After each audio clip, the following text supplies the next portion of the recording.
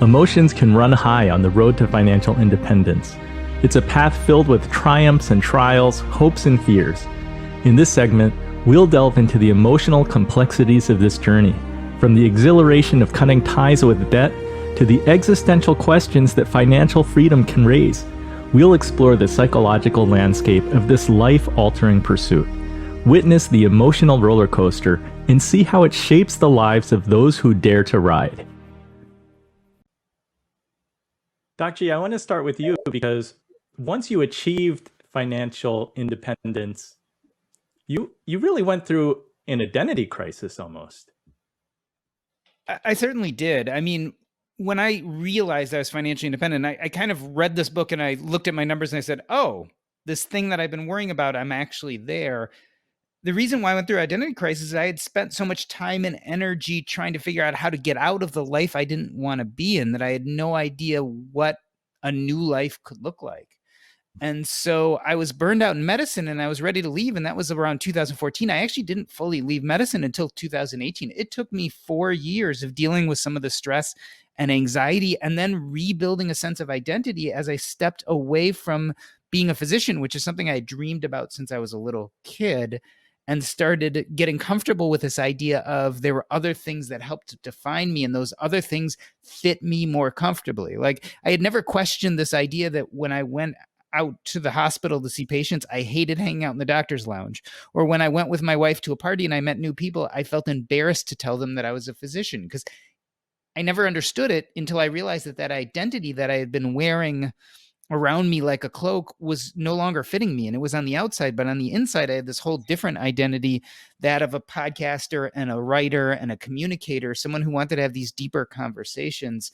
That fit me a lot better. But in order to get to that place, I had to go through that crisis. I had to feel the panic and anxiety. And I think a lot of people, especially in that early FIRE movement, went through the same thing because they had spent so much time concentrating on money that they didn't think about all those other things. So I call it the money mind meld in my book, this idea that we get so caught up in the mirage of wealth that we miss that it actually shields us from thinking about those other deeper, more important things. And the reason why we do that is thinking about money is really easy.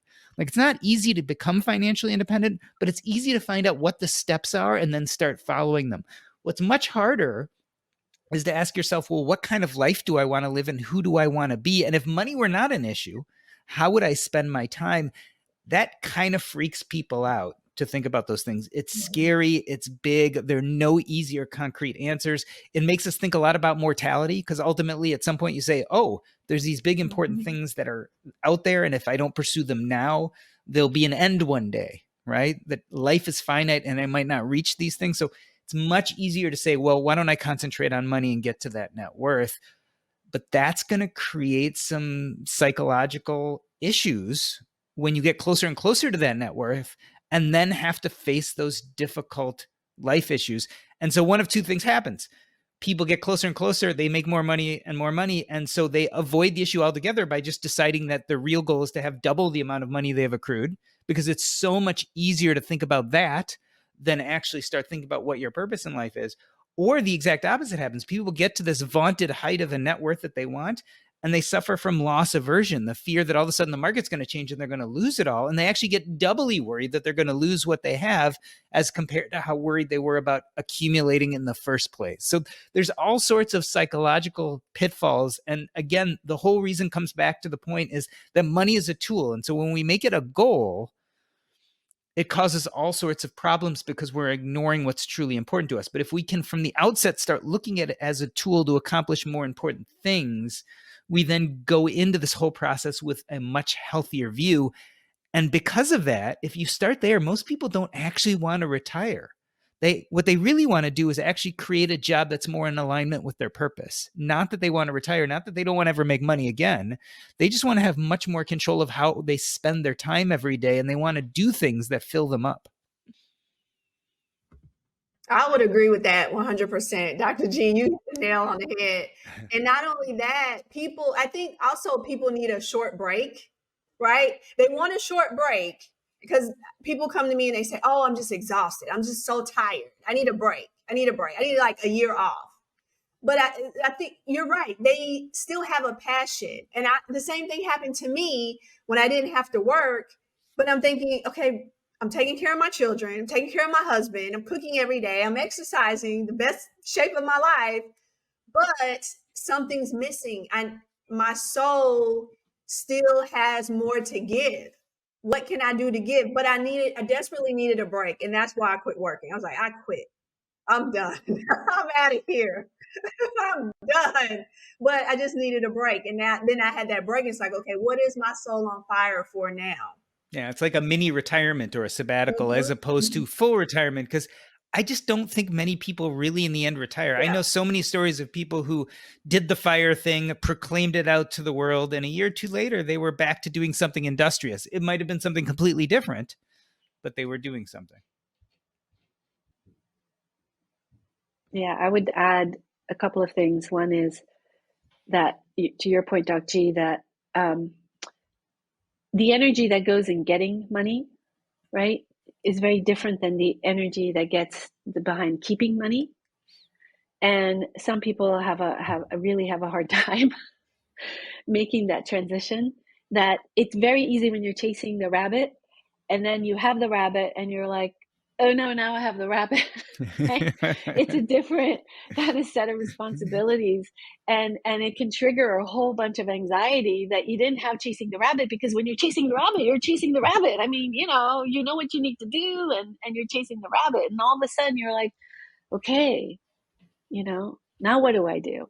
And it gets, and then you have a fear that you're, to your point, that you're going to lose everything that you've built. And of course, right, nothing is certain but uncertainty, right?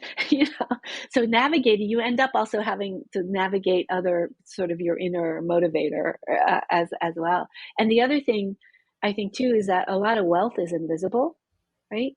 Like, we don't really know, right? But what we can see are the status signaling, right? We can see what people are living in or driving and or have that freedom. And I think that ends up being what people want.